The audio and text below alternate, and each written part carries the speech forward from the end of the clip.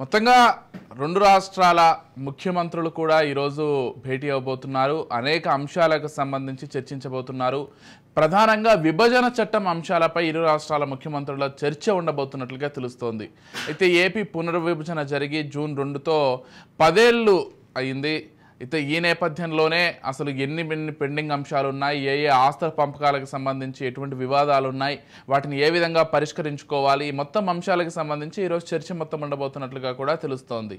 అయితే ఇప్పటికీ కూడా పరిష్కారం అవ్వనటువంటి అంశాలు చాలా ఉండడంతో గత ప్రభుత్వాలు వాటిని నిర్లక్ష్యం చేయడంతో ఇప్పటికైనా వాటిని పరిష్కరించుకొని రెండు రాష్ట్రాలకు మంచి జరిగేలా చూడాలని ఇద్దరు సీఎంలు కూడా ఇప్పటికే కృతనిశ్చయంతో ఉన్నట్టుగా తెలుస్తోంది. దానికి సంబంధించి అధికారులతో ఇప్పటికే ఇరు రాష్ట్రాల ముఖ్యమంత్రులు వాళ్ళ అధికారులతో మాట్లాడి ఏ విధంగా పరిష్కరించుకోవాలి, ఎవరి రాష్ట్రాలకు సంబంధించి వాళ్ళు ఏ విధంగా లాభం చేకూర్చుకోవాలనే దిశగా ముందుకు వెళ్తున్నట్లుగా తెలుస్తోంది. ఇదే అంశానికి సంబంధించి మనతో పాటు డిస్కస్ చేయడానికి పొలిటికల్ ఎడిటర్ అరవింద్ కొల్లి గారు సిద్ధంగా ఉన్నారు. అదేవిధంగా ఉప్పాల లక్ష్మణ్ గారు కూడా సిద్ధంగా ఉన్నారు, సీనియర్ అనలిస్ట్.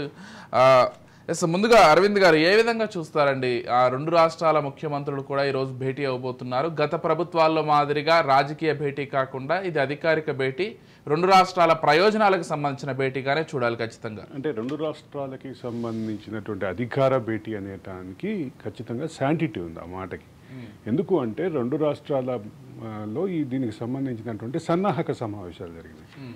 అంటే ఈ భేటీని చంద్రబాబు ప్రతిపాదించినటువంటి డేట్ని ఆమోదిస్తూనే రేవంత్ రెడ్డి వేదికని అదే సందర్భంలో స్వాగతం పలుకుతూ వేదికను కూడా ఆయన ప్రతిపాదించారు. దాంతో వేదిక డేటు టైము అన్నీ ఫిక్స్ అయిపోయినాయి.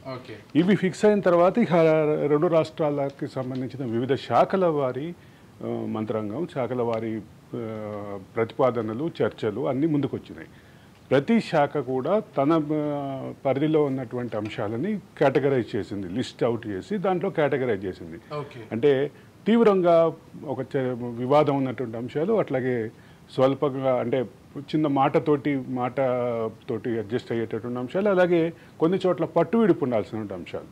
అంటే రెండు పార్టీ ప్రభుత్వాల్లో ఒకరు కాస్త సర్దుకుపోతే పరిష్కారం అంటే ఎలా ఉంటుందంటే అరవింద్ గారు, ఒకవేళ రెండు ఆస్తులు ఉంటే రెండింటికి పట్టు విడుపుంటే ఒక ఆస్తిలో ఒకరు పట్టు విడుపు, దీనికి సంబంధించినటువంటి ఒక అంటే మ్యూచువల్ అండర్స్టాండింగ్ తోటి ముందుకు వెళ్ళేటటువంటి పరిస్థితికి సంబంధించిన అంశాలు. ఇట్లా వివిధ కేటగిరీలుగా వర్గీకరించుకుని దాంట్లో ఆర్థిక పరమైనటువంటి అంశాలు, హ్యూమన్ రిసోర్సెస్ పరమైన అంశాలు. ఎందుకు అంత పర్టికులర్గా చెప్తున్నాను అంటే తెలంగాణ ఉద్యోగులు ఆంధ్రాలో ఉండటం, ఆంధ్ర ఉద్యోగులు తెలంగాణలో ఉండటం, దీని విషయంలో గత 10 సంవత్సరాలుగా ఒక పరిష్కారం చూపించలేకపోవటం, దీన్ని ప్రధానంగా తీసుకోవాలి. ఈ అంశాన్ని ఇటువంటి మానవ వనరులకు సంబంధించిన అంశాలు, రెండోది చట్టపరంగా ముందుకెళ్లాల్సిన అంశాలు, దాంట్లో కేంద్రం పాత్రకి సంబంధించిన అంశాలు, వీటన్నిటి మీద కూడా ఒక జాబితా అయితే రెడీ అయింది. అంటే ఈరోజే పరిష్కారం అయిపోతాయా లేదా పరిష్కారానికి ముందడుగు పడుతుందా అనే అంశాలు మనం సాయంత్రానికో రేపటికో క్లారిటీ వచ్చే అవకాశం ఉంది. కానీ ఒక ముందడుగు మాత్రం ఖచ్చితంగా చెప్పాలి. రెండు రాష్ట్ర ప్రభుత్వాలు గిరిగీసుకుని కూర్చుని పట్టు బిగించుకుని కూర్చుని అంటే ముందుకెళ్ళేటటువంటి పరిస్థితి లేదు. కాబట్టి ఒక సంయమనంతో వెళ్లాల్సినటువంటి పరిస్థితి రెండు రాష్ట్రాలు గుర్తించినాయి.